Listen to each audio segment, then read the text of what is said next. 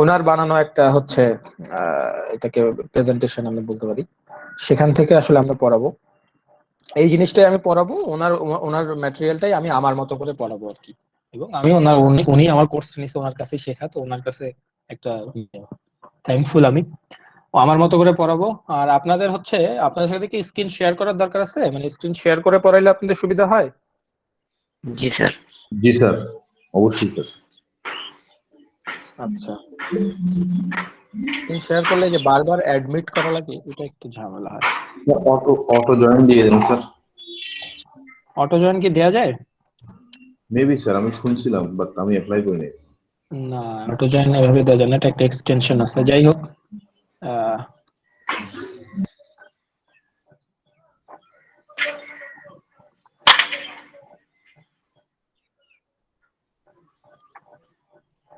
দেখেন আপনারা হচ্ছে আমার স্ক্রিন দেখতে পারেন কিনা। জি স্যার, স্যার আপনার ওখান থেকে স্যার একটা ফ্যানের নয়েজ আসছে স্যার, কান লাগতেছে। হ্যাঁ, ফ্যানের নয়েজ আসছে স্যার, এটা কান লাগতেছে। ফ্যানটা কি অফ করে দিতে হবে? জি স্যার, এটা কান লাগতেছে। আচ্ছা, একটু দাঁড়ান।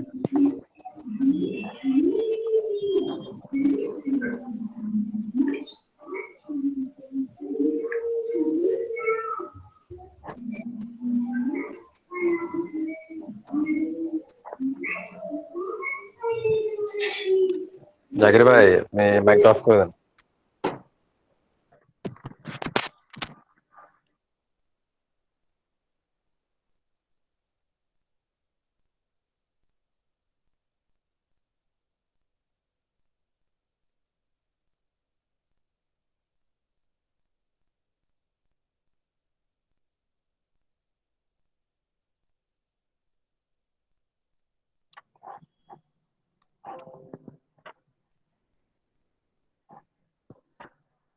হ্যাঁ, শুনতে পাচ্ছেন নিশ্চয়ই আপনারা এখন আমাকে? জি স্যার। হ্যাঁ, আমরা হচ্ছে তাহলে একটু কোর্সের দিকে চলে যাই। তো আমরা হচ্ছে ওয়াটার সাপ্লাই ইঞ্জিনিয়ারিং পড়াবো আপনাদেরকে। এই ওয়াটার সাপ্লাই ইঞ্জিনিয়ারিং এ আমরা যেটা পড়ে থাকি সেটা হচ্ছে, দেখেন, অ্যাজ এ সিভিল ইঞ্জিনিয়ার আমাদের হচ্ছে অনেক ধরনের কাজ করতে হয়। আমরা রাস্তাঘাট বানাই, আমরা ঘর বাড়ি বানাই, এবং আমরা হচ্ছে এই কাজগুলো আসলে আমাদের খুব চোখে পড়ে, কিন্তু এই চোখে পড়ার ভিতরে, এর ভিতরে হচ্ছে আমাদেরকে অনেক ধরনের কাজ করতে হয়, যেটা হচ্ছে আমরা ইউটিলিটি সার্ভিস টাইপের অনেক ধরনের কাজ করি। তার মধ্যে একটা অনেক বড় একটা পার্ট হচ্ছে আমরা পানি নিয়ে কাজ করি। আমরা পানি, মানুষের যে দৈনন্দিন পানির চাহিদা, মানুষের জীবনে আসলে সবচেয়ে বেশি যেটা প্রয়োজন, সবচেয়ে প্রথম যেটা প্রয়োজন সেটা হচ্ছে পানি। এই মানুষের কাছে পানি পৌঁছে দেওয়ার জন্য মানুষের বিভিন্ন প্রয়োজনে, বিভিন্ন রকম প্রয়োজনে, সেটা কি রকম রকম প্রয়োজন হতে পারে, সেটা হচ্ছে আমাদের ডোমেস্টিক ইউজ হতে পারে, আমরা ঘর বাড়িতে পানি ব্যবহার করি, সেখানে আমাদের পানির ব্যবহার আছে। এখান থেকে শুরু করে আমাদের ইন্ডাস্ট্রি থেকে আমাদের হচ্ছে কমার্শিয়াল স্পেস, আমাদের হসপিটাল, যে কোনো জায়গায়, সব জায়গায় হচ্ছে প্রথম নেসেসিটি যেটা দরকার হয় মানুষের, সেটা হচ্ছে পানি। তো এই পানিটাকে হচ্ছে মানুষের প্রয়োজনে মানুষের কাছে পৌঁছে দেওয়ার যে কাজটা, সেটা আমরা সিভিল ইঞ্জিনিয়াররা করে থাকি। প্লাস হচ্ছে পানি যখন হচ্ছে, পানিটা মানুষ ব্যবহার করে, ব্যবহার করার পর একটা ওয়েস্ট তৈরি হয়, ওয়েস্ট ওয়াটার তৈরি হয়, সেই ওয়েস্ট ওয়াটারটা আবার মানুষের কাছ থেকে নিয়ে আমরা বাইরে ফেলে দেওয়ার কাজও আমরা সিভিল ইঞ্জিনিয়াররা করে থাকি। তো এই যে প্রথম যে পার্ট, যে মানুষের কাছে পানি পৌঁছে দেয়া, মানুষের প্রয়োজন অনুযায়ী, মানুষের যতটুকু প্রয়োজন এবং যে রকম পানি প্রয়োজন সেরকম পানি ততটুকু পরিমাণে পৌঁছে দেওয়ার কাজটা আমাদের সিভিল ইঞ্জিনিয়ারদের। এখন কেন বলতেছি যে যেরকম প্রয়োজন, যেরকম প্রয়োজন বলতে হচ্ছে, আমরা যদি ইন্ডাস্ট্রিতে পানি ইউজ দেখি, তাহলে ইন্ডাস্ট্রিতে যে পানি ব্যবহার করা হয়, আমরা খাওয়ার জন্য যে পানি ব্যবহার করি, এই দুইটা পানি আসলে টোটালি আলাদা। এরকম ভাবে বিভিন্ন পারপাজে আসলে পানির কোয়ালিটি, পানির প্যারামিটার সবগুলা আলাদা আলাদা থাকে। তো এই আলাদা আলাদা কোয়ালিটি এবং প্যারামিটার এবং জি, আসেন।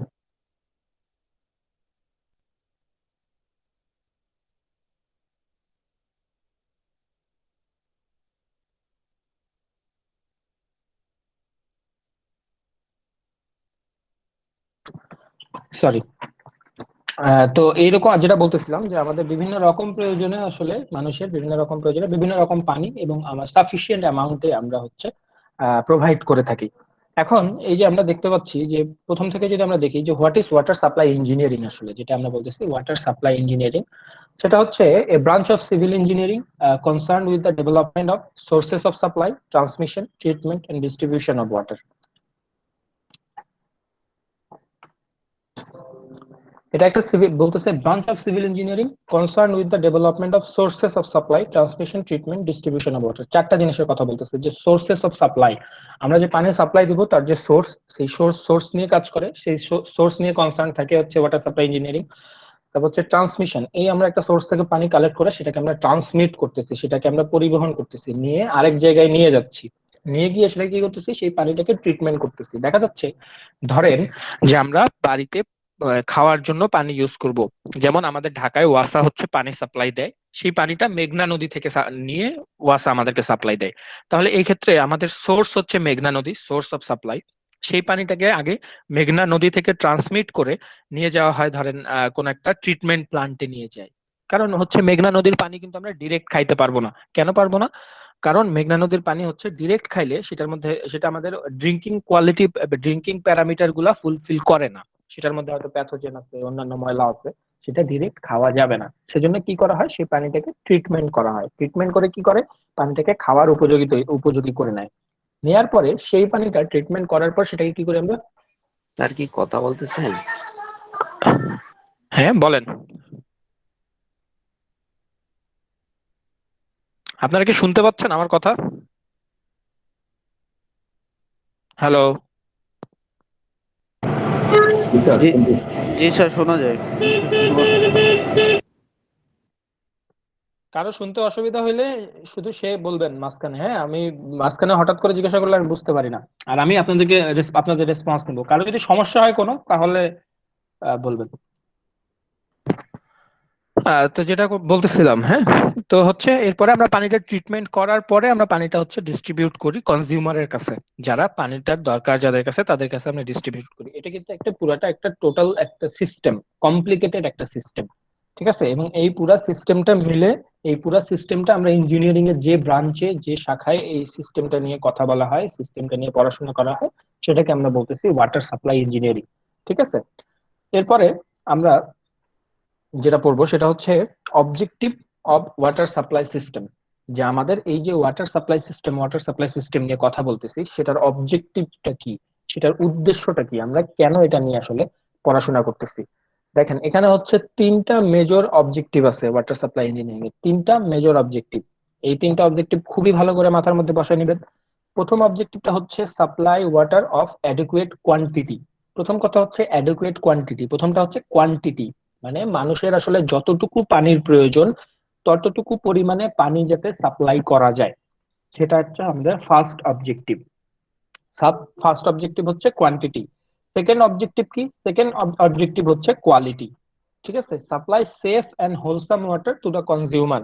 আমরা কি দুইটা এখানে ক্রাইটেরিয়া, দুইটা একটা ওয়াটারের ক্রাইটেরিয়া বলছি, safe and wholesome water to the consumer. প্রথমে আমরা কোয়ান্টিটি নিয়ে কথা বলতেছি, তারপরে কোয়ালিটি নিয়ে কথা বলতেছি, যে safe and wholesome water to the consumer. এখন এই যে সেফ এন্ড হোলসাম ওয়াটার দুইটা টার্ম আমরা দেখলাম, সেই সেফ এন্ড হোলসাম ওয়াটার বলতে আসলে কি বোঝায় দেখেন। সেফ এন্ড হোলসাম ওয়াটার হচ্ছে water that is not harmful আপন কনজাম্পশন। ওয়াটার যেটা দ্যাট ইজ নট হার্মফুল আপন কনজাম্পশন, মানে যেটা আমরা যদি কনজিউম করি, সেটা আমরা গ্রহণ করলে এটা আমাদের জন্য হার্মফুল যদি না হয়, তাহলে সেটাকে আমরা সেফ এন্ড হোলসাম ওয়াটার বলতেছি, ঠিক আছে? এটার মানে কি, হার্মফুল না হওয়ার মানে কি? মানে হচ্ছে এই ওয়াটারটা হইতে হবে আনপলিউটেড, দূষিত হওয়া যাবে না, unpolluted, significantly free from toxic substance, একদম টোটালি টক্সিক কোনো সাবস্টেন্স, দূষিত কোনো পদার্থ, মানে দূষিত পদার্থ অনেক ধরনের হতে পারে, মাইক্রো অর্গানিজম হতে পারে, যেমন হচ্ছে ব্যাকটেরিয়া, ভাইরাস, এগুলা এগুলা পানিকে দূষিত করে। তারপর হচ্ছে আমাদের ইন্ডাস্ট্রি থেকে হেভি মেটাল, বা হচ্ছে আমাদের এগ্রিকালচারে যে আমরা সার ইউজ করি, ফার্টিলাইজার ইউজ করি, সেটা পানিতে মিশে গিয়ে সেটা আমরা পানিকে টক্সিক করে দিতে পারে। তো এটাই বলতেছে যে significantly free from toxic substances as well as excessive amount of minerals. Excessive amount of minerals, পানিতে অনেক ধরনের লবণ মিশে থাকে, মিনারেলস মিশে থাকে, ঠিক আছে? এই মিনারেলস গুলা যাতে বেশি পরিমাণেও না থাকে, একটা ব্যালেন্স পানি থাকে, ঠিক আছে? আমরা হচ্ছে অনেক সময় মিনারেল ওয়াটারের কি বলে অ্যাডভার্টাইজমেন্ট টিভিতে যখন দেখি, তখন দেখা যায় যে একটা ব্যালেন্সের কথা বলে সবসময়, যে মিনারেল ব্যালেন্স, এই মিনারেল ব্যালেন্সটাও দরকার।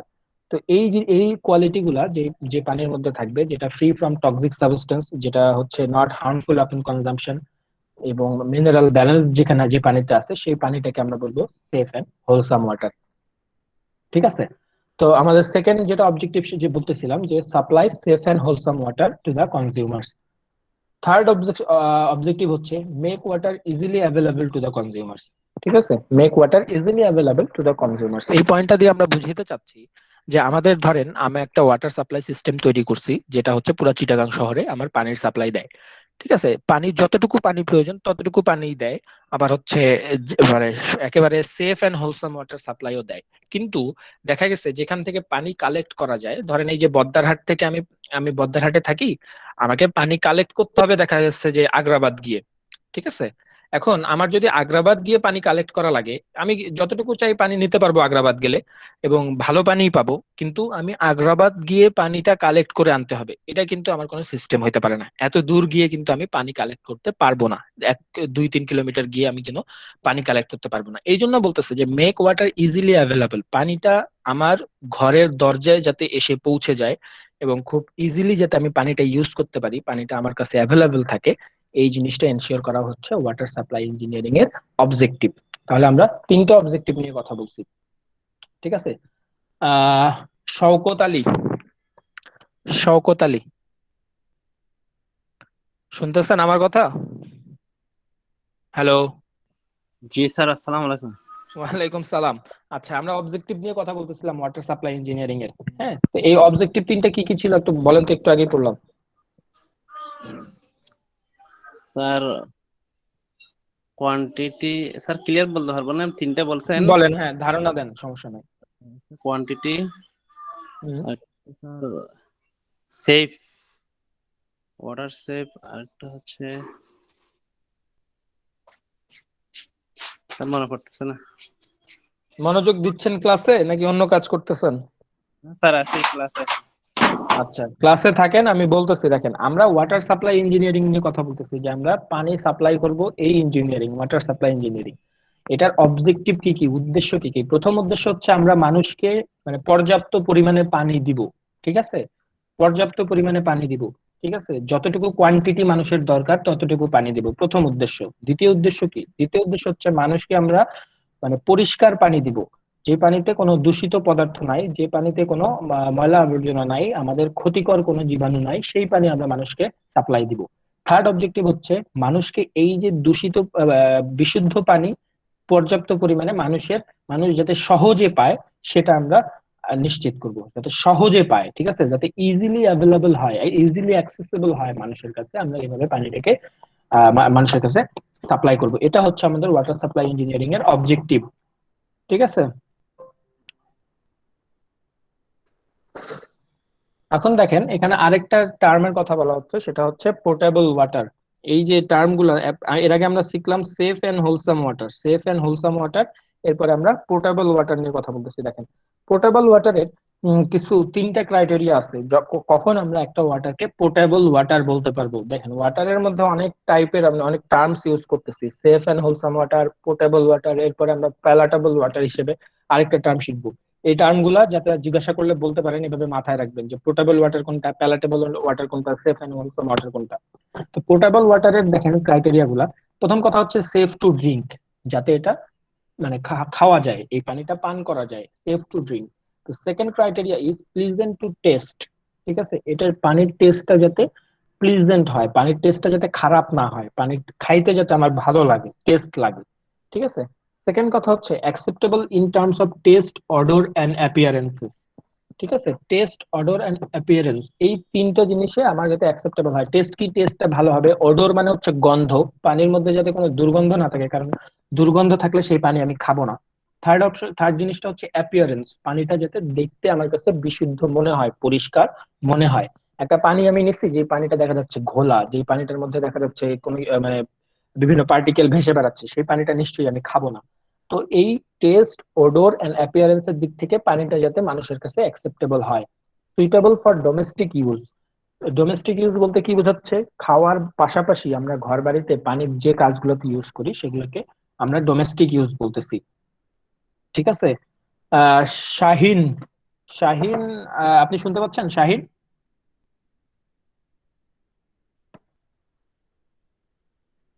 Hello, hello. শাহিন মাহমুদ, শুনতে পাচ্ছেন? আপনি ক্লাসে নাই মনে হয়।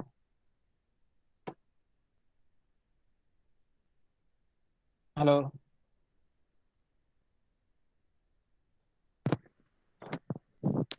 রেজাউল ইসলাম, শুনতে পাচ্ছেন কথা? জি স্যার, শুনতে পাচ্ছি স্যার। আচ্ছা, আপনার ব্যাচ ক্লাসমেটরা কি ক্লাসে আছে? আমার তো মনে হচ্ছে না। শাহিন মাহমুদ কোথায়? নাই। আচ্ছা আচ্ছা, আপনি বলেন তো হচ্ছে এই যে আমরা ডোমেস্টিক ইউজের কথা বলতেছি পানির, ডোমেস্টিক ইউজ, সেই ডোমেস্টিক ইউজ কি কি হইতে পারে পানির? ডোমেস্টিক ইউজ বলতে স্যার, সরি আসলে আমি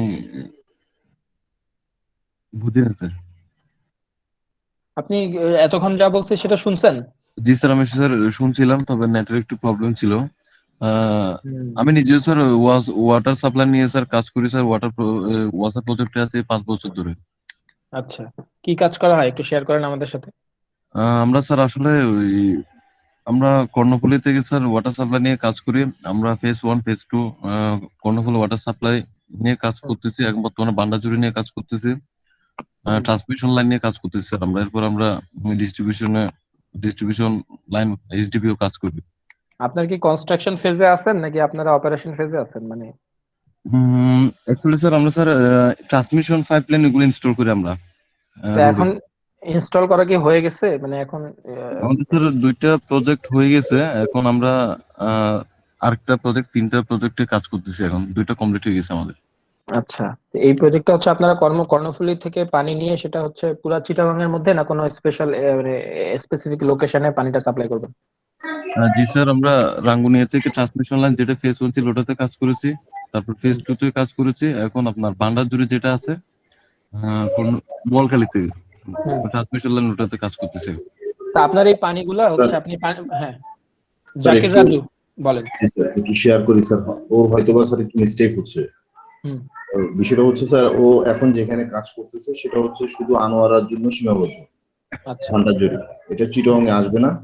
আর যেটা আচ্ছা। রাঙ্গুনিয়া থেকে চিটং আসছে সেটা হচ্ছে enter of city of Chittagong, পুরোটা সিটির জন্যই। এটা হচ্ছে ফেজ 1 ফেজ 2। আর এটা করছিল স্যার জাইকা, ফাইন্যান্স হুম। ছিল জাইকা, আর রাইট। কনস্ট্রাকশন কাজ করছিল আপনার কবুতা মারবিনি এন্ড কবুতা কোলন জেবি। আচ্ছা, আর জয়েন্ট স্যার ভেঞ্চার এখন, ইন্ডাস্ট্রিজ। জি স্যার, এখন বর্তমানে ফিনিশড ওয়ার্ক ছিল স্যার, মানে অনগোয়িং প্রজেক্ট ছিল W5 প্রজেক্ট, সেটা হচ্ছে বদ্রারহাট থেকে সি কাস্টম। এটা কমপ্লিট হ্যান্ড ওভার হয়ে গেছে। অলসো রিয়াজুল ইসলাম পার্টিসিপেট ছিল, এখন ভান্ডারজুরিতে আছে আর কি। ওকে, ঠিক আছে।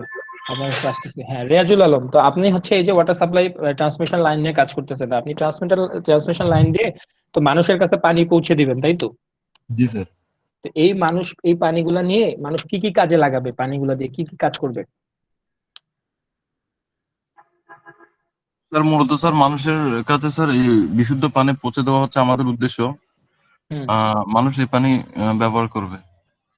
হ্যাঁ, সেটাই আমি জানতে চাচ্ছি যে মানুষ এই পানিটা কি কাজে ব্যবহার করবে। এই পানিটা স্যার মানুষ ফার্স্ট স্যার, হচ্ছে খাবে, মানুষ খাইতে পারে পানিটা, তাই তো? জি স্যার, খাইতে পারবে স্যার। আর কি কাজে কি কাজ করতে পারে? আপনি পানি দিয়ে কি করেন বাসায়? স্যার বাসার কাছে আমরা সচরাচর আমরা সবাই যেভাবে পানি ইউজ করি। হ্যাঁ, গোসল করি আমরা, জি কাপড় স্যার। ধুই আমরা, থালা বাসন ধুই আমরা, রান্নার কাজে ইউজ করি, ঠিক আছে? তো আমি জি স্যার। এক্স্যাক্টলি এটাই জানতে চাচ্ছি, এই ইউজ গুলা খাওয়ার বাইরে যে কাজগুলো আমরা করতেছি পানি দিয়ে, গোসল করা, কাপড় ধোয়া, থালা বাসন ধোয়া, ঘর মোছা, এই কাজগুলাকেই আমরা বলতেছি ডোমেস্টিক ইউজ। এই কোশ্চেনটাই আমি আপনাকে করছিলাম যে what are the domestic uses of our water, ঠিক আছে? স্যার এক এক কথায় তো স্যার দৈনন্দিন কাজের জন্য হ্যাঁ ব্যবহার করা হ্যাঁ হ্যাঁ হ্যাঁ, দৈনন্দিন কাজে আমরা যে ব্যবহার করি পানিটা, এটাকে ডোমেস্টিক ইউজ বলতেছি। ডোমেস্টিক ইউজকে আমরা আলাদা রাইট করে এই রাইট। কারণে বলতেছি, যেমন আমি যদি হচ্ছে একটা হসপিটালে পানি ইউজ করি, সেটাকে আমি মানে ধরেন যে ডোমেস্টিক ইউজ হিসেবে বলতে পারি। আবার যদি আমি যদি একটা হোস্টেলে, যেমন এই যে আবাসিক হোটেলগুলোতে যে পানি ইউজ করে, সেটাকে আমরা ধরেন যে কমার্শিয়াল ইউজ বলতে পারি পানির। আবার হচ্ছে আমরা ইন্ডাস্ট্রিতে যখন পানি ইউজ করি, সেটাকে আমরা ইন্ডাস্ট্রিয়াল ইউজ বলতে পারি। আমরা ঘর বাড়িতে সিম্পলি যে দৈনন্দিন কাজে যে পানি ইউজ করি, সেটাকেই আমরা বলতেছি ডোমেস্টিক ইউজ, ঠিক আছে? তো আমার এই যে পোর্টেবল ওয়াটারের কিছু ক্রাইটেরিয়া ছিল, পোর্টেবল ওয়াটারের ক্রাইটেরিয়া কি কি ছিল? যে প্রথম ক্রাইটেরিয়া হচ্ছে পানিটা সেফ টু ড্রিঙ্ক হইতে হবে। তাহলে সেফ টু ড্রিঙ্ক, যাতে পানিটা খেয়ে আমার কোনো রোগ বালাই না হয়। সেকেন্ড কথা হচ্ছে পানিটা অ্যাপিয়ারেন্স ওডোর, টেস্ট, এই তিনটা দিক দিয়ে অ্যাকসেপ্টেবল হইতে হবে। অ্যাপিয়ারেন্স মানে কি, পানিটা আপনার এই যে আপনারা পানিটা সাপ্লাই দিবেন, আপনারা বলতেছেন সেই পানিটা যদি দেখতে ধরেন যে ময়লা হয়, সেই পানিটা তো কেউ খাবে না। এমন হতে পারে যে পানিটাতে কোনো রোগ জীবাণু নাই, কিন্তু পানিটা দেখতে ঘোলা, টার্বিডিটি বেশি, তাহলে সেই পানিটা তো কেউ খাবে না। আবার দেখা যাচ্ছে যে পানিতে হয়তো গন্ধ করতেছে, একটা বাজে একটা স্মেল আছে, তাহলে সেই পানিটা কেউ খাবে না। আবার পানির টেস্টটা ধরেন যে খুবই আহ বলবেন কিছু, দেখা যাচ্ছে যে পানির টেস্টটা ভালো না, পানির টেস্টটা হচ্ছে একটু অ্যাসিডিক টেস্টের হয়ে গেছে, তাহলে সেই পানিটা খাবে না। তাহলে এটা আরেকটা ক্রাইটেরিয়া যে টেস্ট, ওডোর এবং কালারে আমার পানিটা অ্যাকসেপ্টেবল হতে হবে। আরেকটা হ্যাঁ স্যার। আরেকটা হচ্ছে যে আমাদের সুইটেবল ফর ডোমেস্টিক ইউজেস, আমাদের যে ডোমেস্টিক ইউজের জন্য যে আমাদের এই পানিটা সুইটেবল হতে হবে। এই ক্রাইটেরিয়া গুলো থাকলে সেই পানিটাকে আমরা বলবো পোর্টেবল ওয়াটার। ঠিক আছে। আরেকটা জিনিস হচ্ছে, আরেকটা আরেকটা টাইপের ওয়াটার যেটাকে আমরা বলছি palatable water. Palatable water, what is palatable water? Physically acceptable, may not be safe water. ঠিক আছে, এমন কিছু পানি আছে যেটা ফিজিক্যালি দেখতে ভালো, মানে কোনো সমস্যা নাই নর্মাল পানির মতো, কিন্তু হয়তো সেটা খাওয়ার জন্য সেফ না, সেই পানিটাকে আমরা প্যালাটেবল ইউজ বলতেছি। ঠিক আছে। ফিজিক্যালি অ্যাকসেপ্টেবল মানে সেটা টার্বিডিটি নাই, ঘোলা না, পানিটার কালারটাও ভালো, টেস্টটাও ভালো, গন্ধ নাই, দুর্গন্ধ নাই, সে কিন্তু দেখা যাচ্ছে যে পানিটা খাওয়ার জন্য উপযোগী না, বিশুদ্ধ না, তাহলে সেই পানিটাকে আমরা প্যালাটেবল ওয়াটার বলতেছি। এখন কেউ কি আমরা আমাদেরকে বলতে পারেন যে এই প্যালাটেবল পানিটাকে হচ্ছে আমরা কি কোনো কাজে ব্যবহার করতে পারি? ব্যবহার করলে কি ধরনের কাজে ব্যবহার করতে পারি? স্যার অসচ্ছল পানি তো, মানে অসচ্ছল যেটা স্যার ঘোলা আর কি স্যার, এক কথায় এটা। না টার্বিটি বেশি ওই টাইপের মনে হয় স্যার। না, ঘোলা বলতেছি না, আমি বলতেছি পানি দেখে আপনি আপনি বুঝতে পারবেন না যে পানিটা আসলে অস্বচ্ছ না, পানিটা দেখতে একদম ফাইন, কোনো সমস্যা নাই। আচ্ছা হয়তো পানিতে আচ্ছা মাইক্রো অর্গানিজম আছে, ঠিক আছে, হয়তো দেখা যাচ্ছে ব্যাকটেরিয়া আছে, মানে কলেরার ব্যাকটেরিয়া আছে, ডায়রিয়ার ব্যাকটেরিয়া আছে, যেটা তো দেখা যাচ্ছে না। তো এই পানিটাকে হুম। আমরা বলতেছি প্যালাটেবল, যেটা দেখতে ফাইন বাট খাওয়ার জন্য সেফ না। ঠিক আছে। তো এই পানিটাকে আমরা বিভিন্ন ধরনের কাজে ইউজ করতে পারি। কি কাজে ইউজ করতে পারি? ধরেন আমরা যদি এই পানিটা ইন্ডাস্ট্রিতে ইউজ করি, অথবা আমরা যদি এই পানিটা ঘর মোছার কাজে ব্যবহার করি, অথবা এই পানিটা যদি আমরা অন্যান্য কোনো কাজে ব্যবহার করি, ঠিক আছে, তাহলে কিন্তু আমাদের এই পানিটা দিয়ে আমরা মানে খাওয়া বাদে এবং রান্না বাদে আমরা অন্য কাজ কিন্তু প্যালাটেবল ওয়াটার দিয়ে করতে পারি। ঠিক অন্য আছে। কাজে ইউজ করার জন্য। হ্যাঁ। তো আমাদের পোর্টেবল এবং প্যালাটেবল ওয়াটারের মধ্যে পার্থক্য হচ্ছে, পোর্টেবল ওয়াটার হচ্ছে দেখতে ভালো, দেখতে ঠিকঠাক এবং খাইতেও সমস্যা নাই। ঠিক আছে। আর প্যালাটেবল ওয়াটার হচ্ছে আমার দেখতে ঠিকঠাক আছে, কিন্তু আমরা এটা খাইতে পারবো না, হয়তো খাওয়ার জন্য এই পানিটা সেফ না। তাহলে এটাই হচ্ছে পোর্টেবল এবং প্যালাটেবল ওয়াটারের মধ্যে পার্থক্য। ঠিক আছে। তাহলে আমরা এতক্ষণ হচ্ছে পানি নিয়ে জানলাম এবং ওয়াটার কি কি আমরা জানলাম, ওয়াটার সাপ্লাই ইঞ্জিনিয়ারিং জিনিসটা কি, এবং এই ওয়াটার সাপ্লাই ইঞ্জিনিয়ারিং এর অবজেক্টিভ কি, উদ্দেশ্য কি, কি কি কারণে আমরা এটা নিয়ে পড়াশোনা করব। তারপরে দেখা গেছে আমরা ওয়াটারের বিভিন্ন টাইপের ওয়াটার দেখলাম, safe wholesome water, portable water, palatable water. ঠিক আছে। এবার আস্তে আস্তে হচ্ছে আমরা মেইন কোর্সে একটু ঢুকি। ঠিক আছে। এই যে দেখেন elements of water supply system, আমরা একটা ওয়াটার সাপ্লাই সিস্টেম যখন পুরো সিস্টেমটা যদি আমরা দেখি, এই কোর্সটা পড়ার সময় আপনারা সবসময় মনে করবেন যে আপনি ওয়াসার চিফ ইঞ্জিনিয়ার। ঠিক আছে, তাহলে আপনার বুঝতে সুবিধা হবে। ধরেন আপনি ওয়াসার চিফ ইঞ্জিনিয়ার, এখন একটা ওয়াটার সাপ্লাই সিস্টেম আপনি দেখতেছেন, ইনস্টল করবেন, তাহলে এই ওয়াটার সাপ্লাই সিস্টেমের মধ্যে কি কি এলিমেন্ট আপনার থাকতে হবে। ঠিক আছে, কি কি এলিমেন্ট আপনার থাকতে হবে। তো এই এলিমেন্ট গুলা দেখেন, এখানে কয়েকটা এলিমেন্ট, 5টা এলিমেন্ট দেওয়া আছে। প্রথম এলিমেন্ট হচ্ছে সোর্স অফ সাপ্লাই। এই যে একজন মানে বললেন একজন যে আপনি, উনি হচ্ছে আমরা কি বলে ওয়াসা কর্ণফুলী থেকে পানি নিতেছে, পানি নিয়ে বিভিন্ন জায়গায় সাপ্লাই করতেছে। তাহলে এই যে আমার একটা সোর্স অফ সাপ্লাই থাকতে হবে যেখান থেকে আমি পানি নিব। ঠিক আছে। এরপরে কি করতে হবে, এই যে সোর্সটা আমার আছে সেখান থেকে আমাকে পানিটা কালেক্ট করতে হবে, সেখান থেকে পানিটা আমাকে কালেক্ট করতে হবে। তাহলে এই কালেক্ট করার জন্য আমার একটা কালেকশন সিস্টেম থাকতে হবে। ধরেন যে পাম্প করে বা যে কোনো ভাবে আমি পানিটাকে কর্ণফুলী থেকে নিয়ে আসব, তাহলে এই কালেকশন একটা সিস্টেম থাকতে হবে।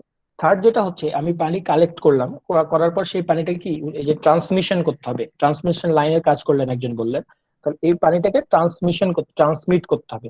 কর্ণফুলী থেকে পানিটা কালেক্ট করে সেটাকে আমাকে বিভিন্ন জায়গায় নিয়ে যেতে হবে। বিভিন্ন জায়গায় নিয়ে যাওয়ার ক্ষেত্রে প্রথম আমরা যেখানে নিয়ে যাব সেটা হচ্ছে আমাদের ট্রিটমেন্ট প্লান্ট।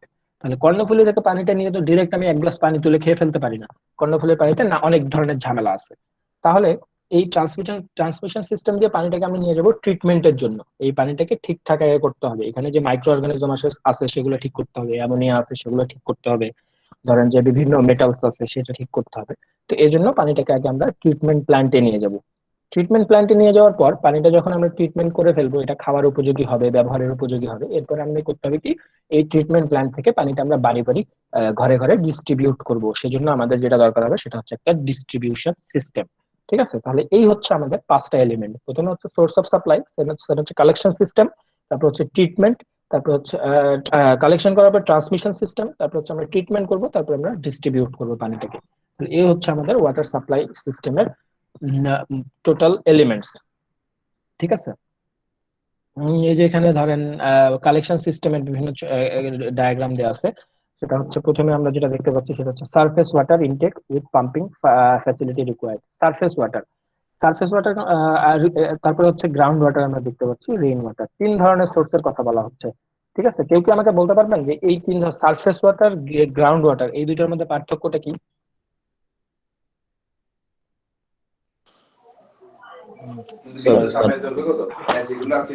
হ্যালো, হ্যাঁ বলেন। সারফেস ওয়াটার গুলো হচ্ছে স্যার যেগুলো আমরা নদী, পুকুর বা এসব থেকে যেগুলো পাওয়া যায় পুকুর থেকে, হুম। আর গ্রাউন্ড ওয়াটার যেগুলো হচ্ছে ডিপ টিউবের মধ্যে পানি, মাটির নিচ থেকে পানি কালেক্ট করি আর কি। সোজা কথা হচ্ছে হ্যাঁ, সেটাই ঠিকই বলছেন আপনি। এটাই সারফেস ওয়াটার হচ্ছে, গ্রাউন্ড ওয়াটার হচ্ছে আসলে মাটির নিচে যে পানিগুলা থাকে। ঠিক আছে, আমাদের যে নর্মাল যে আর্থ সারফেসের নিচে যেটা আমরা খালি চোখে দেখতে পারি আমাদের চারপাশে, সেটা হচ্ছে আমাদের সারফেস ওয়াটার। আরেকটা সোর্স আমাদের হচ্ছে রেইন ওয়াটার, আমরা বৃষ্টির পানি থেকেও খাওয়ার পানি আমরা কালেক্ট করতে পারি। তো এই তিন টাইপের সোর্স, একটা হচ্ছে সারফেস ওয়াটার, একটা হচ্ছে গ্রাউন্ড ওয়াটার, আর একটা হচ্ছে রেইন ওয়াটার। ঠিক আছে,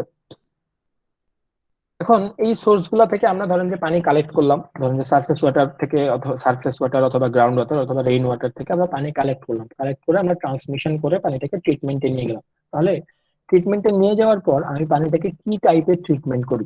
এখানে দেখেন সেই কথাটাই বলা আছে যে to remove impurities and to make water suitable for domestic use we actually do. Surface ওয়াটারের জন্য আমাদের ট্রিটমেন্ট গুলো একরকম, গ্রাউন্ড ওয়াটারের জন্য আমাদের ট্রিটমেন্ট গুলো আরেক রকম। ঠিক আছে, কারণ সারফেস ওয়াটারে যে ইমপিউরিটিজ সেটা হচ্ছে একটু গ্রাউন্ড ওয়াটারের ইমপিউরিটিস থেকে আলাদা। সারফেস ওয়াটারটা কি হয়, সারফেস ওয়াটারটা আমাদের সাথে, আমাদের দেখা যাচ্ছে ইনভায়রনমেন্টে এক্সপোজ থাকে, খোলা অবস্থায় থাকে। তো এখানে আমাদের ইনভায়রনমেন্ট থেকে অনেক ধরনের, ধরেন যে ইভেন ধরেন যে কাঁচা বাজার, এই যে পচা সবজি টবজি এগুলা গিয়েও পড়তে পারে। তারপর হচ্ছে এখানে অর্গানিক ম্যাটার বেশি থাকে, এখানে বিওডি বেশি থাকে, এখানে এখানে টার্বিডিটি বেশি থাকে। ঠিক আছে, প্যাথোজেন বেশি থাকতে পারে, মাইক্রো অর্গানিজম বেশি থাকতে পারে সারফেস ওয়াটারে। আর গ্রাউন্ড ওয়াটারে যেটা থাকে, গ্রাউন্ড ওয়াটার তো মাটির ভিতরে থাকে, তো এখানে হচ্ছে এরকম অর্গানিক ম্যাটার, প্যাথোজেন এইগুলো হচ্ছে হওয়ার চান্স কম। তো এখানে হচ্ছে, এখানে কি ধরনের আবার ইম্পিউরিটিস থাকে দেখা যায়, এখানে হচ্ছে অনেক হেভি মেটালস থাকতে পারে। তারপরে হচ্ছে যেমন আর্সেনিক থাকতে পারে, ক্লোরাইড থাকতে পারে, ফ্লোরিন থাকতে পারে, ঠিক আছে, আয়রন থাকতে পারে, মিনারেল সাবস্টেন্সেস থাকতে পারে। তো এগুলোর উপর বেস করে আমাদের সারফেস ওয়াটার এবং গ্রাউন্ড ওয়াটারের ট্রিটমেন্ট প্রসেস গুলো একটু আলাদা। ঠিক আছে, তাহলে সারফেস ওয়াটার, এই যে এখানে দেখেন কিছু ইয়া দেওয়া আছে, সারফেস ওয়াটার ইমপিউরিটিস কি কি ধরনের ট্রিটমেন্ট আমরা করে থাকি। টার্বিডিটি আমরা ট্রিটমেন্ট করি, কালার আমরা ট্রিটমেন্ট করি, টেস্ট ট্রিটমেন্ট করি, অডর ট্রিটমেন্ট এবং প্যাথোজেনস, আমরা এই জিনিসগুলো আমরা ট্রিটমেন্ট করে ঠিকঠাক করি। আর গ্রাউন্ড ওয়াটারের ক্ষেত্রে আমরা যেটা করি সেটা দেখেন মিনারেল সাবস্টেন্সেস। ঠিক আছে, যেমন সোডিয়াম, লবণ বা হচ্ছে পটাশিয়াম। এক সেকেন্ড, আপনাদের কি ল্যাব শেষ?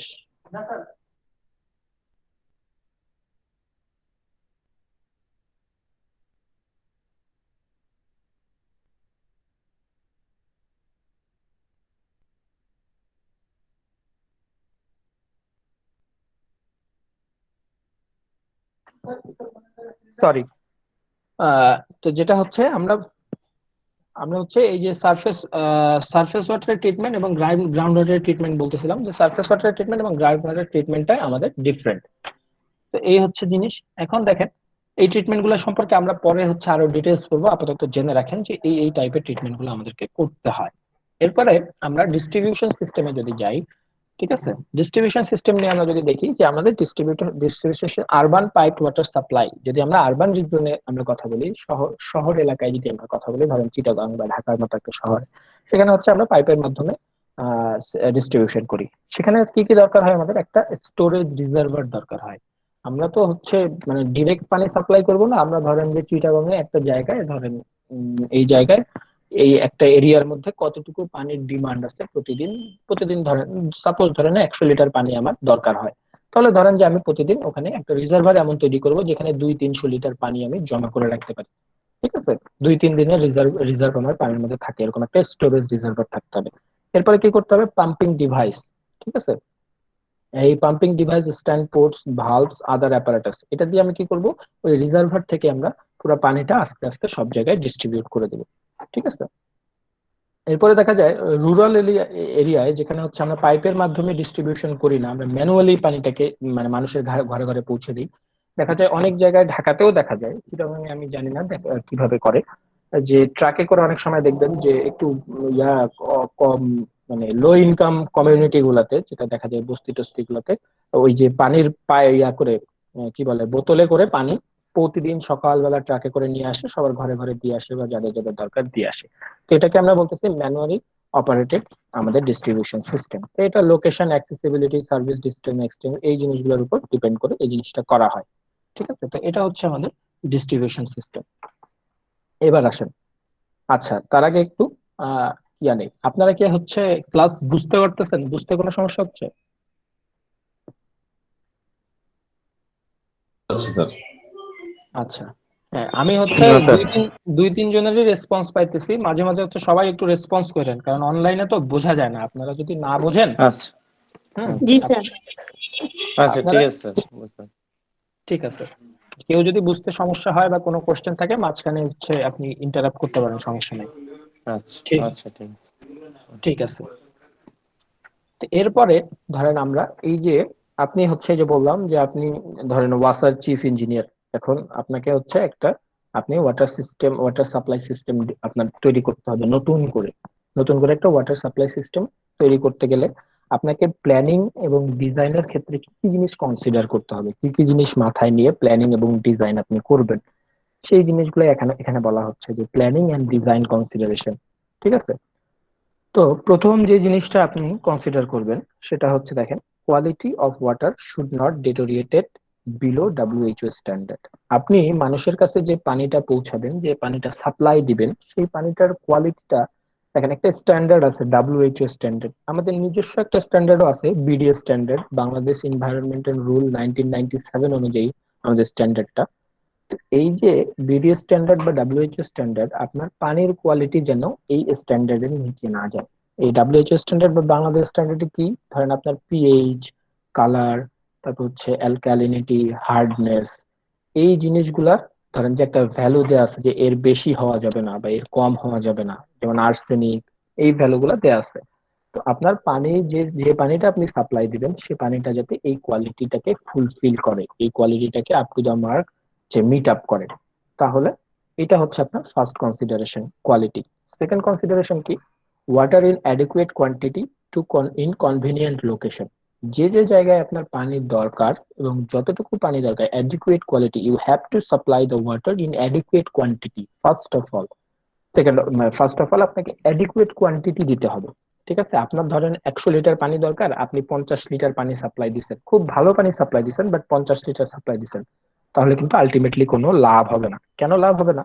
কারণ আপনি 50 লিটার পানি হচ্ছে মানুষ ভালো পানি ইউজ করছে, এরপর বাকি 50 লিটার তো সে হাবিজাবি পানি ইউজ করছে, ময়লা পানি ব্যবহার করছে, তাহলে আলটিমেটলি তার যা হওয়ার, যে রোগ বালাই হওয়ার, এনভায়রনমেন্ট পলিউশন মানে যেটা হওয়ার, মানে পাবলিক হেলথের উপর যে ডেঞ্জার আসা, সবকিছুই মানে সেটা হবেই। তাহলে আপনার 50 লিটার পানি সাপ্লাই দিয়ে আলটিমেটলি কোনো লাভ হচ্ছে না, উল্টা আপনি যে খরচ করছেন 50 লিটার সাপ্লাই দেওয়ার জন্য, যে টাকা ইনভেস্ট করছেন, সেটা পুরোপুরি লস। তো আপনাকে adequate quantity of water supply করতে হবে। থার্ড কথা হচ্ছে, থার্ড আপনি যে কনসিডারেশনটা নেবেন সেটা হচ্ছে আপনাকে ট্র্যাডিশনাল সোর্স গুলা কনসিডার করতে হবে। ট্র্যাডিশনাল সোর্স বলতে কি, ধরেন এখন আপনি আহ, এই এরকম একটা ওয়াটার সাপ্লাই প্রজেক্টের চিফ ইঞ্জিনিয়ার, আপনি এখন প্ল্যান করতেছেন যে ঠিক আছে, এই কর্ণফুলীর পানি, এই নদীর পানি, খাল বিলের পানি, এগুলো আমি নিব না, এই পানি ময়লা, আমি এখন হচ্ছে ল্যাবরেটরিতে পানি তৈরি করব, ল্যাবে আমি পানি তৈরি করব প্রতিদিন, তৈরি করে এটা সাপ্লাই দেবো।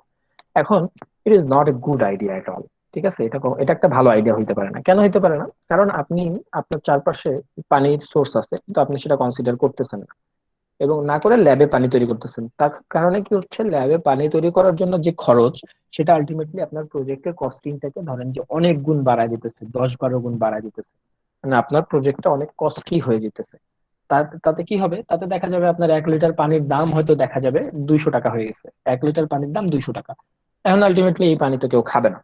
তো আপনাকে ট্র্যাডিশনাল সোর্স গুলো আসলে কনসিডারেশনে আনতেই হবে। এই যে পাশে কর্ণফুলী নদী আছে বা, তো আপনাকে ট্র্যাডিশনাল সোর্স গুলো কনসিডারেশনে আনতে হবে।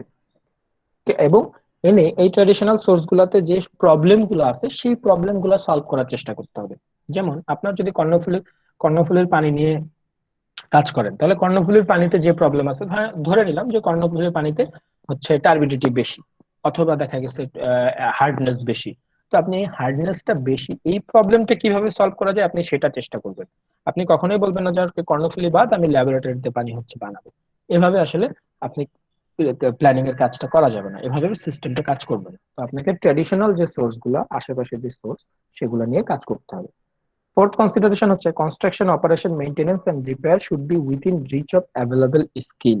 ঠিক আছে, এখন বলা হচ্ছে within reach of available skill, আপনার চারপাশে যে স্কিল আছে সেই স্কিলটা ব্যবহার করেই যাতে আপনি প্রজেক্টটা করতে পারেন। এমন কোনো কিছু করা যাবে না যেটা হচ্ছে আপনার ক্ষমতার বাইরে। ধরেন যেমন হচ্ছে আমরা সিম্পল এক্সাম্পল দিই, পদ্মা সেতুর ক্ষেত্রে, পদ্মা সেতুর হচ্ছে করার ক্ষেত্রে অনেক, ধরেন যে আমার ওই যে পাইলিং এর যে হ্যামার গুলা, সেই হ্যামার গুলা কিন্তু কোথাও পাওয়া যাচ্ছিল না।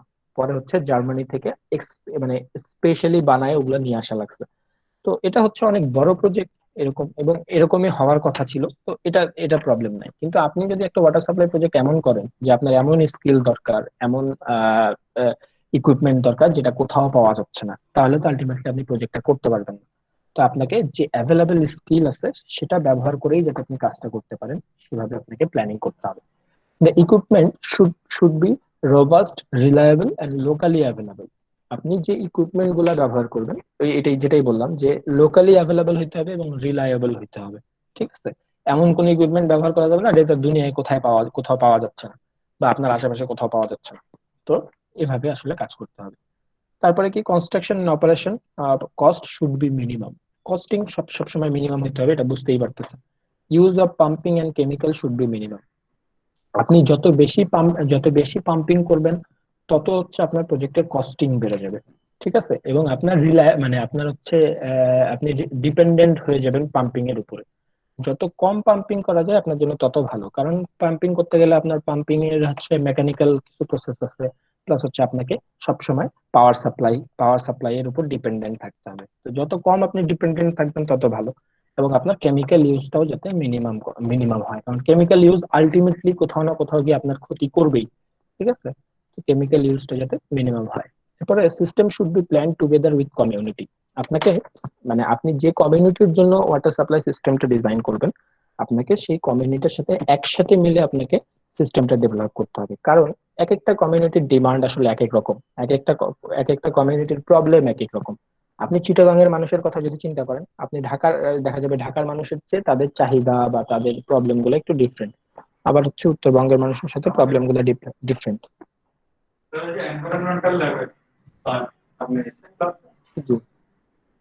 এক সেকেন্ড, আপনারা কি সবাই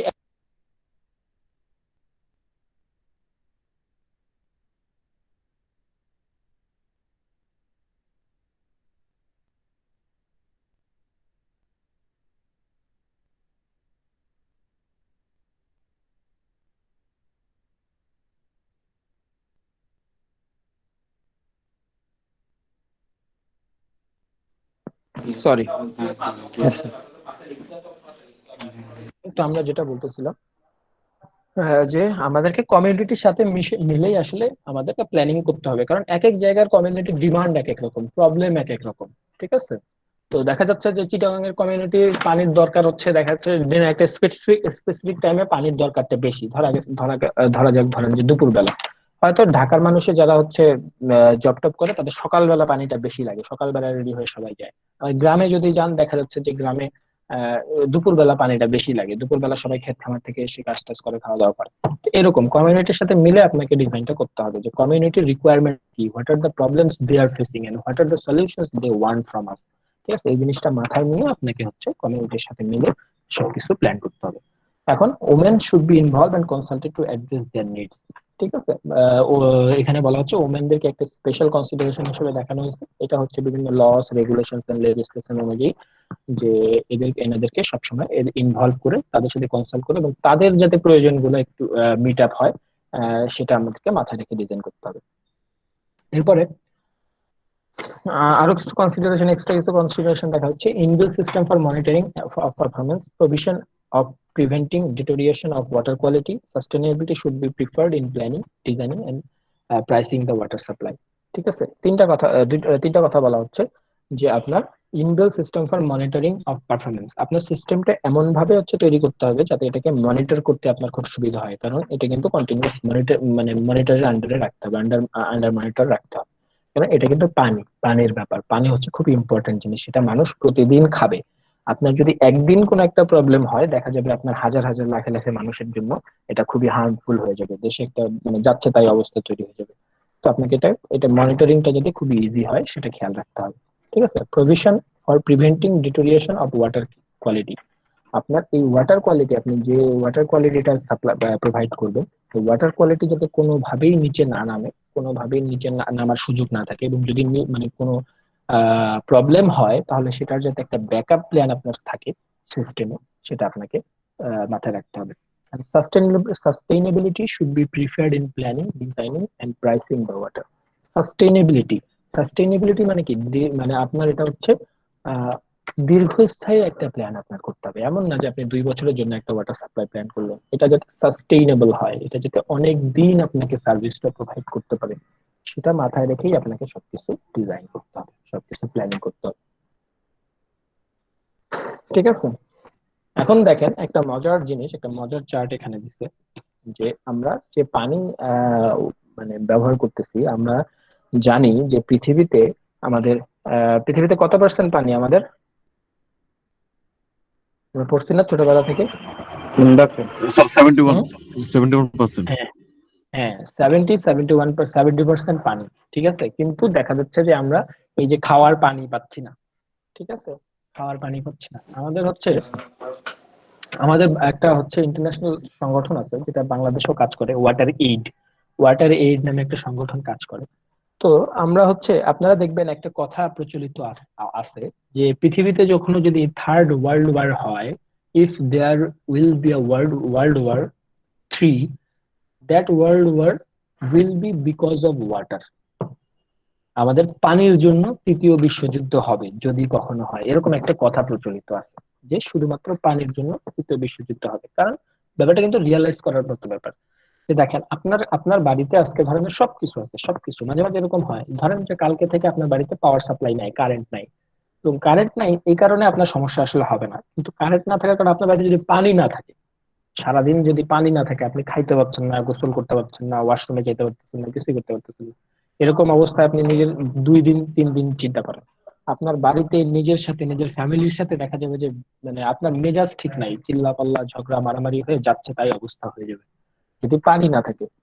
তো এরকম একটা ব্যাপার যে আমাদের পৃথিবীতে 70% পানি, কিন্তু আসলে আমরা পানি মানে পানি নিয়েই হচ্ছে এত কথাবার্তা বলতেছি।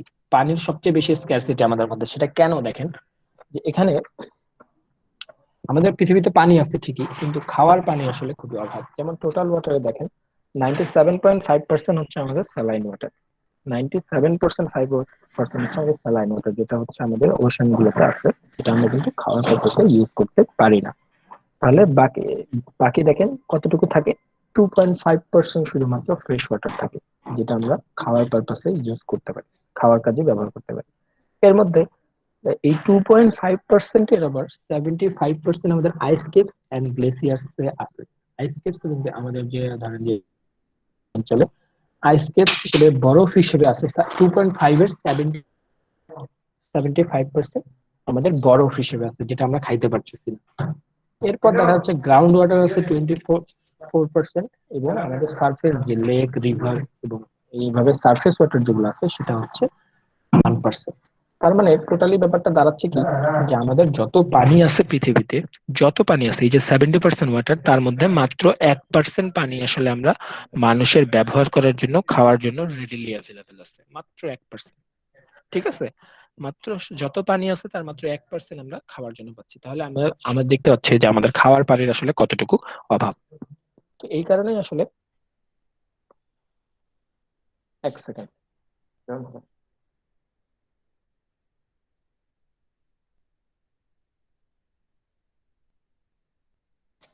তো এটাই হচ্ছে, তো এটাই দেখতেছি আমরা যে আসলে আমাদের পৃথিবীতে পানির অভাব নাই।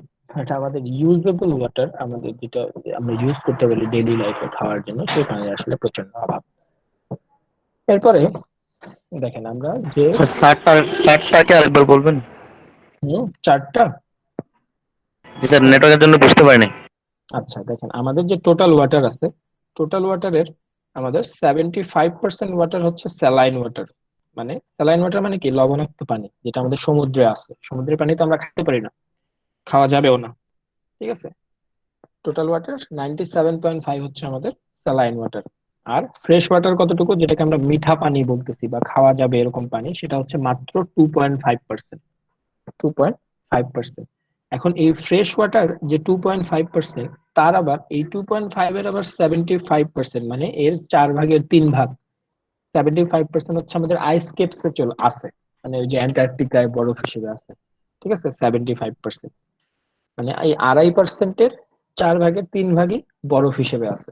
আর বাকিটা আমাদের গ্রাউন্ড ওয়াটার এবং আমাদের সারফেস ওয়াটার হিসেবে মাত্র 2.5%-এর 4/1 ভাগ মাত্র আমাদের গ্রাউন্ড ওয়াটার এবং সারফেস ওয়াটার হিসেবে রেডিলি অ্যাভেলেবেল আছে আমাদের কাছে, যেটা আমরা এক্সট্রাক্ট করতে পারি, যেটা আমরা ইউজ করতে পারি, ঠিক আছে। তার মানে দেখা যাচ্ছে টোটালের উপর, এই যে আমরা বলতেছি পৃথিবীর 70 ভাগ পানি, এই 70 ভাগের মধ্যে মাত্র 1% হচ্ছে আমরা ইউজ করতে পারতেছি, যেটা আমাদের কাছে অ্যাভেলেবেল আছে, ঠিক আছে। এখন থ্যাংক ইউ। হুম, এখন দেখেন, আমরা হচ্ছে একটু আগে পড়ছিলাম যে ওয়াটার সাপ্লাই সিস্টেমের এলিমেন্ট ছিল। একটু আমাকে মনে করায় দেন তো কি কি এলিমেন্ট ছিল একজন। ওয়াটার সাপ্লাই এলিমেন্টের সিস্টেমের এলিমেন্ট কি কি ছিল, এনিওয়ান? সরি স্যার, কি বলছেন? ওয়াটার সাপ্লাই সিস্টেমের এলিমেন্ট গুলা একটু আগে আমরা পড়ছিলাম, কি কি এলিমেন্ট ছিল water sir, supply system? In in pumping, এরপর ট্রিটমেন্ট, এরপরে সাপ্লাই। না স্যার, প্রথম থেকে সোর্স অফ সাপ্লাই আছে স্যার। হুম কালেকশন ওয়াটার লাগবে, ট্রান্সমিশন সিস্টেম লাগবে, ট্রিটমেন্ট লাগবে, ডিস্ট্রিবিউশন সিস্টেম থাকবে লাস্ট। হুম হ্যাঁ, তো এই আমাদের এলিমেন্ট গুলো ছিল। থ্যাংক ইউ, আমরা আবার চলে যাই। হ্যাঁ, তো আমাদের এই এলিমেন্ট গুলো ছিল। এখন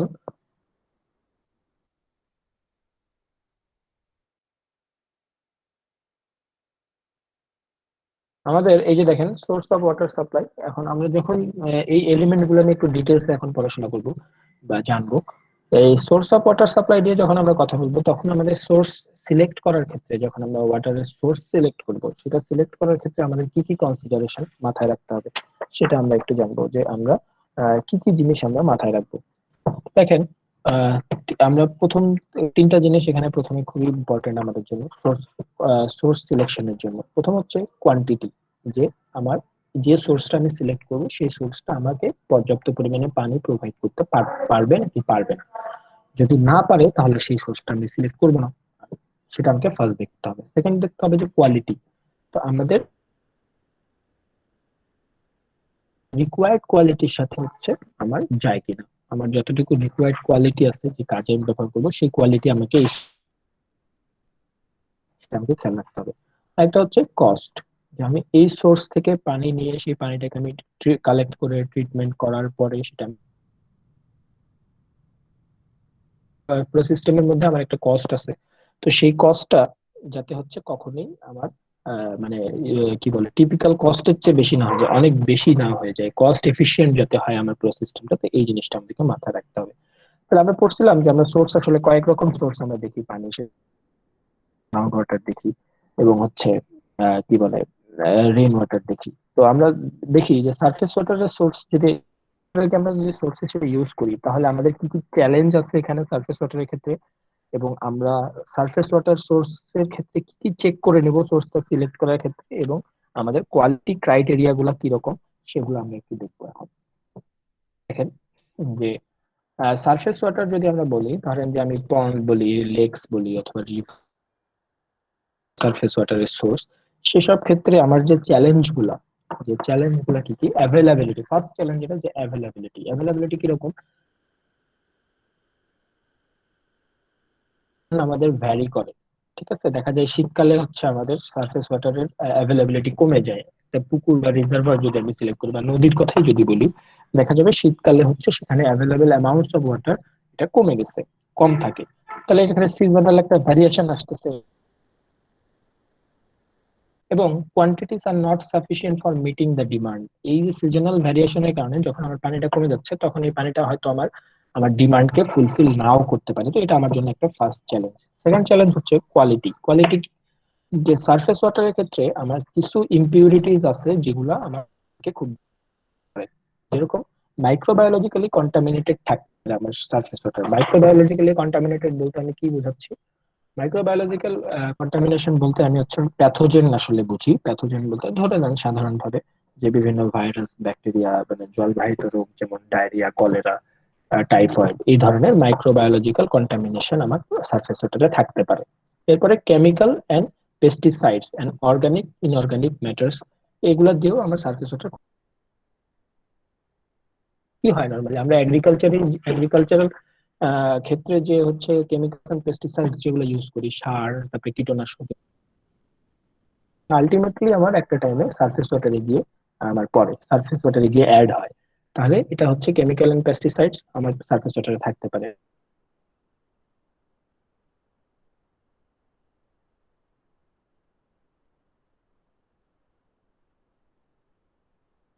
কাগজ, আহ, এই আমাদের হচ্ছে এগুলা, আমরা সবজি যা করি, তো এই যে ডোমেস্টিক যে ওয়েস্ট গুলা তৈরি হয়, সেটা কিন্তু আমাদের একটা টাইমে সারফেস ওয়াটারের সাথে গিয়ে মিশে যেতে পারে। তাহলে আমার সারফেস ওয়াটার এভাবে অর্গানিক ম্যাটার দিয়ে কন্টামিনেটেড হইতে পারে। আবার হচ্ছে ইনঅর্গানিক ওয়েস্ট এখানে থাকতে পারে। তো এইগুলা হচ্ছে আমার সারফেস ওয়াটারের ক্ষেত্রে চ্যালেঞ্জ, যে আমি যদি সারফেস ওয়াটারকে সোর্স হিসেবে নিই, তাহলে এই চ্যালেঞ্জ গুলো আমাকে ফেস করতে হবে। এখন আমি তাহলে কি কি চেক করে নেব সারফেস ওয়াটারের ক্ষেত্রে? দেখেন, surface water sources should be carefully selected, the following should be considered. কি কি কনসিডারেশন নেব? যেমন safe and reliable watershed yield during the drought years to meet the project demand। ঠিক আছে, তাহলে আমাকে এমন একটা ওয়াটারশেড বের করতে হবে যেটা ড্রাউটের মধ্যে, মানে খরার মধ্যে, ড্রাই সিজনে হচ্ছে আমার ডিমান্ডকে ফুলফিল করে। কারণ ওয়েট সিজন বা রেইনি সিজনে তো আমার ফুলফিল করতেই পারে, সমস্যা নেই। কিন্তু আমার প্রবলেম হবে কখন? প্রবলেম হবে আমার ড্রাই সিজনে, যখন হচ্ছে আমার ওয়াটারের অ্যামাউন্ট কমে যাবে, বা আমার যে আমি সোর্স থেকে যে আমি পানি পাবো সেটা কমে যাবে। তো আমার এমন ভাবে আমাকে কনসিডার করতে হবে যে আমি ড্রাই সিজনে যাতে আমার ডিমান্ডটা ফুলফিল হয়, তাহলে ওয়েট সিজনে আমার ডিমান্ড অটোমেটিক্যালি ফুলফিল হয়ে যাবে। ঠিক আছে, এরপরে দেখা যাচ্ছে urbanization and land development of the watershed. এখন আপনি হচ্ছে এমন একটা সোর্স সিলেক্ট করছেন, কর্ণফুলী, ধরেন যে এমন একটা জায়গা থেকে, এমন একটা রিজার্ভার থেকে পানি নিচ্ছেন, যেটা আপনি এখন প্রজেক্টটা করছেন, করার পরে দেখা গেছে 2-3 বছর পর, 4-5 বছর পর এটা ভরাট করে ওখানে একটা বিল্ডিং বানায় ফেলছে। তাহলে তো আলটিমেটলি আপনার প্রজেক্টটা, মানে আপনার সিস্টেমটা মানে ফেইলিয়ার হবে। তো আপনাকে এই urbanization and land development next 5-10 বছরে কি হবে, এখানে কি হবে না হবে, এই জিনিসটা কিন্তু আপনার ফোরকাস্টটা মাথায় রাখতে হবে। এরপরে proposed impoundments on tributaries, water quality based on short term, seasonal, long term changes expressed physical, chemical and microbiological indicator. আপনার হচ্ছে আপনার ওয়াটার কোয়ালিটি আপনার সিজন টু সিজন কিন্তু ভ্যারি। ঠিক আছে, water quality season to season vary করতে পারে। যেমন হচ্ছে আপনার দেখা যায় আমরা যে আশেপাশে পুকুর বা রিজার্ভার যেগুলো দেখি, সেগুলোতে দেখা যায় রেইনি সিজন বা ওয়েট সিজনে যখন পানির পরিমাণ বেশি থাকে, তখন পানির কোয়ালিটি কিন্তু একটু ভালো হয়ে যায়, পানির কোয়ালিটি কম্পারেটিভলি একটু বেটার থাকে। কিন্তু যখন ড্রাই সিজন আসে, তখন দেখা যায় পানির পরিমাণ কমে যায়, ইম্পিউরিটিস গুলো ঠিকই থাকে, ইম্পিউরিটিস এর অ্যামাউন্ট ঠিকই থাকে, তখন হচ্ছে পানির কোয়ালিটি আরো খারাপ হয়, আরো ডাউন ডাউন করে পানির কোয়ালিটি। তো এই সিজনাল ভ্যারিয়েশন গুলো আমাদের মাথায় রাখতে হবে। তারপরে দেখেন potential change in raw water quality due to increase rate of withdrawal, assessment of reliability in terms of possible destruction due to flood damage, earthquake or associated skills. এই জিনিসগুলো আপনারা, এটা হচ্ছে আপনারা পড়ে নেবেন, সিম্পল কিছু কথাবার্তা আছে, এগুলা এতক্ষণ ধরে আমি কথাই বলছি, আর ডিটেলস এটাতে না যাই। এরপরে দেখেন যে আমাদের এখানে কি কি চেক করতে হবে। আমরা যখন একটা সোর্স ঠিক করবো, একটু পানি নিব সেখান থেকে, তাহলে আমাদেরকে চেক লিস্টে কি কি, তাহলে আমাদেরকে টোপোগ্রাফিক্যাল ম্যাপটা দেখতে হবে, হাইড্রোলজিক্যাল ডাটা দেখতে হবে, স্যানিটারি সার্ভে ফাইন্ডিংস দেখতে হবে, intake location, water quality data দেখতে হবে। এই জিনিসগুলা feasibility of developing supply without reservoir construction, reservoir location if reservoir is required, এই জিনিসগুলো প্ল্যানস টু আদার রিজার্ভার আর ওয়াটারশেড। ঠিক আছে, দেখেন এই জিনিসগুলো কি কি আপনি হচ্ছে টোপোগ্রাফিক্যাল ম্যাপ দিয়ে আসলে কি দেখবেন। টোপোগ্রাফিক্যাল ম্যাপ দিয়ে, আচ্ছা এটা হচ্ছে আপনারা একজন আমাকে রিডিং পড়েন, রিডিং পড়ে বলেন কি কি দেখতেছেন, যে কোনো একজন, আমি শেয়ার করে দিচ্ছি। হ্যাঁ, এই ক্লাসে আছেন? জি স্যার। হ্যাঁ, এই যে আমরা দেখেন চেক লিস্ট একটা আছে, যে সারফেস ওয়াটার ইনভেস্টিগেশনের চেক লিস্ট, আমরা কি কি চেক করব এটা একটু পড়েন তো। আপনি একটু পড়েন। Topographic maps showing hmm, partition drainage areas. Number 2, hydrologic data as required for project evaluations, e.g. rainfall, runoff, evaporation, assessment of groundwater resource and their potential as the source of supplementary source of supply. Number 3, sanitary survey findings. Number 4, intake location. Number 5, water quantity data at or near proposed intake site. Number 6, feasibility of developing supply without reservoir construction. Number 7, reservoir location if reservoir is required. Number 8, plan for other reservoirs on watershed. Number 9, patient geological data that may affect dam founding or ability of reservoir to hold water. Number 10, locations for pumping station, supply lines, treatment plant. Number 11, energy requirement for proposed system. Number 12, state water laws, rules and regulation, procedure for obtaining right to use water, impact of the proposed use to right of other users. Number 13, disposal of sludge from the treatment plant. Thank you. এটা হচ্ছে আপনাদের check list, হচ্ছে water, যখন আমরা surface water investigate করব তখন দেখেন এখানে মোটের উপর আমি একবারেই বলে দিই কি কি জিনিস আমরা চেক করব। প্রথম হচ্ছে আমরা টোপোগ্রাফিক্যাল ম্যাপ দেখবো, যে এখন টোপোগ্রাফিক্যাল ম্যাপের মাধ্যমে আমরা হচ্ছে এই রিজার্ভারের বা পুকুরের বা যেটাই বলেন সেটার হচ্ছে কতটুকু ধারণ ক্ষমতা, কি কতটুকু কি ভলিউমে পানি এখানে আছে, সেই জিনিসগুলো আমরা জানতে পারবো। এবং এখানে হাইড্রোলজিক্যাল ডাটার মাধ্যমে হচ্ছে, হাইড্রোলজিক্যাল ডাটা বলতে কি এখানে কতটুকু প্রিসিপিটেশন হয় প্রতি বছর, এবং কতটুকু রেইনফল হয়, এবং কতটুকু হচ্ছে রান অফ হয়ে চলে যায়, বা কতটুকু পানি এখানে থাকে। তো এই ডাটাগুলো লাগবে, এই ডাটাগুলো আমরা অ্যানালাইজ করে এখানে কতটুকু আমরা পানি পাবো সেই জিনিসটা আমরা এখান থেকে বের করব। ঠিক আছে, এরপর আমরা কি করবো, যে ওয়াটার কোয়ালিটি ডাটা নিয়ে আমরা কাজ করবো। এতক্ষণ তো আমরা হচ্ছে ওয়াটারের অ্যামাউন্ট, আমরা রেইনফল, হাইড্রোলজিক্যাল ডাটা বা টোপোগ্রাফিক ডাটা থেকে কতটুকু পানি আমরা পাবো সেটা আমরা বের করলাম। এরপরে আমরা ওয়াটার কোয়ালিটি ডাটা নিয়ে কাজ করবো, যেখানে এটা হচ্ছে বিভিন্ন ল্যাব টেস্ট বা বিভিন্ন টেস্টের মাধ্যমে আমরা দেখবো যে এর ওয়াটারের কোয়ালিটিটা কি রকম। এরপর আমরা হচ্ছে ফিজিবিলিটি টেস্ট, যেটা যে এখানে আমরা প্রজেক্টটা করি, তাহলে এই সোর্সটা যদি আমরা সিলেক্ট করি তাহলে সেটা আমার জন্য ফিজিবল হবে কিনা। ফিজিবল বলতে হচ্ছে ইকোনমিক্যালি এবং এনভায়রনমেন্টালি আমার জন্য ফিজিবল হবে কিনা। ঠিক আছে, এরপরে দেখা যাবে আমরা হচ্ছে প্রজেক্ট করতে গেলে রিজার্ভার করতে হবে, এবং হচ্ছে ট্রিটমেন্ট প্ল্যান করতে হবে, এবং সবকিছু করতে হবে। তো সেই জিনিসগুলো এখানে ঠিকঠাক মতো করা যাবে কিনা, করার স্কোপ আছে কিনা, অ্যাভেলেবিলিটি আছে কিনা, তো সেই জিনিসগুলো আমাদেরকে চেক করতে হবে। এটাই হচ্ছে আমাদের সার্ভিস ওয়াটার সিলেকশনের চেক লিস্ট। এখানে দেখেন এই চার্টটা খুব ইম্পর্টেন্ট, চার্টটা মাথায় রাখাটা খুব ইম্পর্টেন্ট। সেটা হচ্ছে যে criteria for selecting surface water, আমরা যদি একটা সারফেস ওয়াটার সোর্স যদি সিলেক্ট করি তাহলে তার কি ক্রাইটেরিয়া থাকতে হবে, সেই পানিটার কি কি কোয়ালিটি প্যারামিটার মিট আপ করতে হবে আমাদেরকে। দেখেন আমার পিএইচ এর ভ্যালু, যেটা পিএইচ এর ভ্যালু হইতে হবে সবসময় 6.5 থেকে 8.5 এর মধ্যেই, এর বাইরে হওয়া যাবে না। এরপরে আমার বিওডি ভ্যালু, দেখেন বিওডি ভ্যালু হচ্ছে 2 to 3, অথবা 2 অথবা 3, হাইয়েস্ট 3 পর্যন্ত, 3 মিলিগ্রাম পার লিটার পর্যন্ত হতে পারে। এর বেশি হওয়া যাবে না, এর চেয়ে কম থাকতে হবে আমার বিওডি ভ্যালু। এবং ডিজলভ অক্সিজেনের ভ্যালু সবসময় 6 বা 6 এর বেশি বেশি থাকতে হবে। এবং টোটাল কলিফর্ম দেখেন, টোটাল কলিফর্ম হচ্ছে 50 এটা হচ্ছে টোটাল কলিফর্মটা হচ্ছে আমার নাম্বার দেওয়া হয় যে 100 ml এ কয়টা টিসি আছে, টোটাল কলিফর্ম আছে। তো বলতেছে আমার হচ্ছে ডিসইনফেকশন করা পানির মধ্যে 50-এর বেশি আমার টোটাল কলিফর্ম তাহলে থাকতে স্ক্রিনটা পারবে না। শেয়ার করলে ভালো হতো স্যার, আমরা তো কোনো চাপ স্ক্রিনটাকে দিতে পারছি না। স্ক্রিনটাকে শেয়ার করো নাই? না স্যার, এখানে তো আমরা কিছু দেখতে দেখা পাচ্ছি যাচ্ছে না। তো। দেখা যাচ্ছে শেয়ার করা স্যার। আছে। হ্যাঁ, অন্য একটা প্রবলেম আছে। হ্যাঁ, স্ক্রিন শেয়ার করা আছে। এখন স্যার নাই, কিন্তু আগে ছিল। হুম, এই যে দেখতে পাচ্ছেন না এখন? জি স্যার, দেখা যাচ্ছে। হুম। তো আমাদের এই যে দেখেন, এই ক্রাইটেরিয়া গুলো, আমরা একটা সারফেস ওয়াটার সোর্স সিলেক্ট করার ক্ষেত্রে আমাদের এই ক্রাইটেরিয়া গুলো আসলে মিট আপ করতে হবে। সারফেস ওয়াটার বলতে কিন্তু এই যে আমার লেক, রিভার, পন্ড, রিজার্ভার, এই জিনিসগুলো। তো এরকম একটা সোর্স সিলেক্ট করার ক্ষেত্রে আমাদেরকে এই ওয়াটার কোয়ালিটি প্যারামিটার গুলা মিট আপ করতে হবে। এরপরে এতক্ষণ আমরা কথা বললাম হচ্ছে সারফেস ওয়াটার সোর্স নিয়ে। এখন আমরা যদি গ্রাউন্ড ওয়াটার নিয়ে কথা বলি, ঠিক আছে?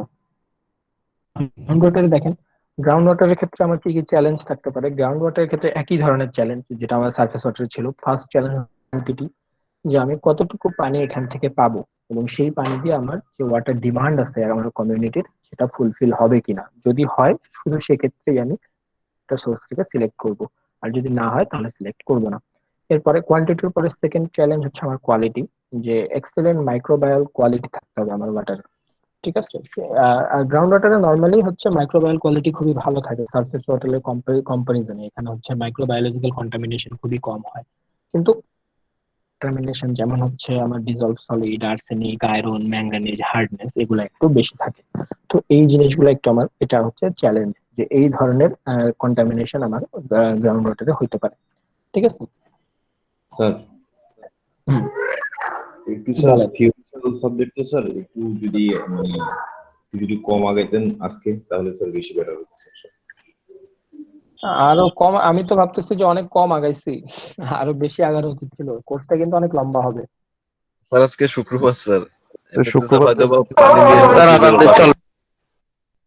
আচ্ছা, আজ আপনি ঠিক আছে, ফার্স্ট দিন আমি না বলে, কিন্তু হচ্ছে আমরা একটু ডিসকাশন আছে আপনাদের সাথে। সেটা হচ্ছে আপনাদের ক্লাস তো প্রতিদিনই শুক্রবার। আপনারা যদি প্রতিদিনই বলেন যে স্যার কম আগে, তাহলে তো হবে না। কোর্সটা কিন্তু অনেক লম্বা, কোর্সের না স্যার, সিলেবাসটা সেটা অনেক বলে বড়, নিয়েছি অবশ্যই স্যার। স্যার ঠিক এখন আছে? যে স্যার স্লাইডটা আমাদেরকে, সরি স্যার, যে ইয়েটা স্যার, সেটা কি স্যার আমাদের মিডের জন্য, না স্যার এর সাথে আরো ইনক্লুড হবে স্যার? এর শীত সাথে আরো দিবেন? ইনক্লুড হবে, এর সাথে আরো ইনক্লুড হবে, ঠিক আছে? এর সাথে আরো ইনক্লুড হবে। কোর্সটা কিন্তু একটু লম্বা। আমি হচ্ছে একটু অল্টারনেটিভ ম্যাটেরিয়ালস বানানোর চেষ্টা করতেছি, ঠিক আছে? যেটা হচ্ছে আপনি এখানে স্লাইডের নাম্বার দেখে হয়তো আপনাদের একটু ভয় লাগতেছে, কারণ এখানে স্লাইডের নাম্বারটা অনেক বেশি, 85 একটা স্লাইডে। তো আমি হচ্ছে আপনাদের জন্য অল্টারনেটিভ ম্যাটেরিয়ালস তৈরি করার কাজ হচ্ছে।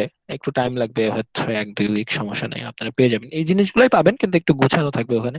তো ওইটা পড়তে আপনাদের সুবিধা হবে, আর স্লাইডের নাম্বার দেখেও ভয় পাবেন না, সমস্যা নেই, ঠিক আছে? কোর্সটা আসলে নর্মালি একটু বড়, এখানে অনেক ধরনের টপিকস কভার করা হয়, একটু লম্বা কোর্স। তো একটু আসলে কষ্ট করে। কোশ্চেনের ধারণাগুলো একটু দিয়ে দিলে স্যার, হয়তো বা স্যার যত বড়ই দেন না কেন, মানে ইজি হইতে নিতে আর কি স্যার। হুম হুম, সমস্যা নেই। আহ, এই যে আমরা হচ্ছে যত আগাবো, আপনি কোশ্চেনের ধারণা বুঝতে পারবেন, ক্লাস করলেই আপনারা বুঝতে পারবেন যে কোশ্চেন কি রকম হতে পারে। তাছাড়া হচ্ছে আপনাদেরকে রেগুলারলি হচ্ছে অ্যাসাইনমেন্ট প্রোভাইড করা হবে।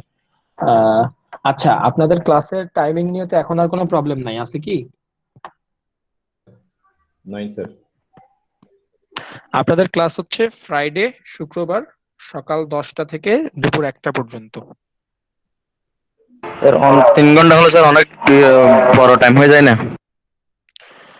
এখন 3 ঘন্টা না হইলে তো আসলে উপায় হচ্ছে না, কারণ আপনাদের দুইটা ক্লাস, যে ক্লাসের টাইমিং গুলা এমন হয়ে গেছে সবগুলা শিডিউলের সাথে, যে এখন মানে মিলতেছে না আর টাইম। মানে অন্য যেদিন আমি দিতেছি আপনাদের ফাঁকা নাই, আপনাদের যেদিন ফাঁকা ওই দিন আমাদের ফাঁকা নাই। আমি এই জন্যই বলতেছি। আর দেখেন 3 ঘন্টা বলতে 2 পিরিয়ড তো, 2 পিরিয়ড হচ্ছে, যেমন আজকে 11টা থেকে শুরু হয়েছে, ঠিক আছে? হয়তো দেখা যাবে কোনোদিন 10টা থেকে শুরু হয়েছে, 10টা থেকেই শুরু হবে মোটামুটি রেগুলারলি, হয়তো দেখা যাবে আধা ঘন্টা 1 ঘন্টা আগেই, কোনোদিন হয়তো 1 ঘন্টা আগে হয়ে গেছে, কোনোদিন হয়তো আধা ঘন্টা 15 মিনিট আগে হইতে পারে। ঠিক আছে। তারপর আহ, 3 ঘন্টা একসাথে টানা ক্লাস করা স্যার ডিফিকাল্ট। তাহলে আপনারা অল্টারনেটিভ টাইম দেন।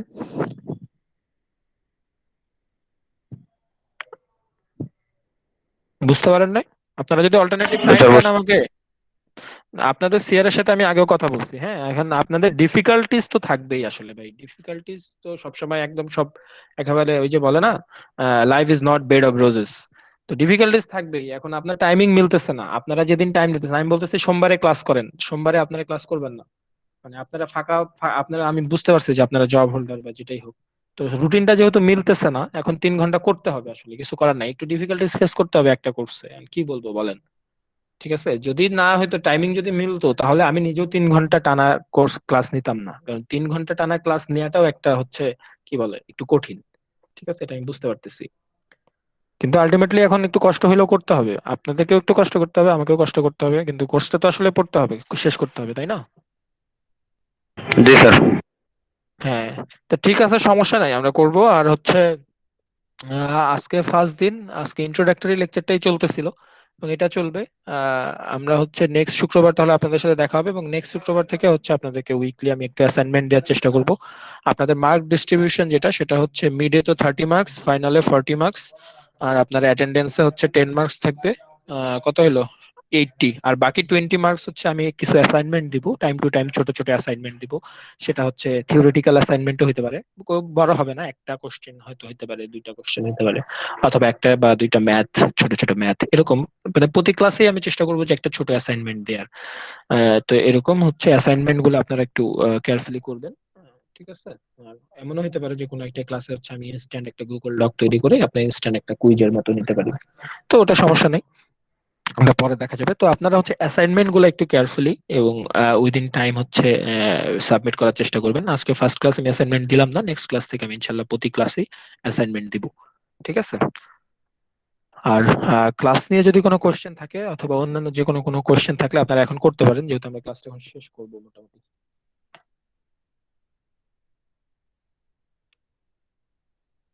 Any queries? কারো কোনো কোশ্চেন?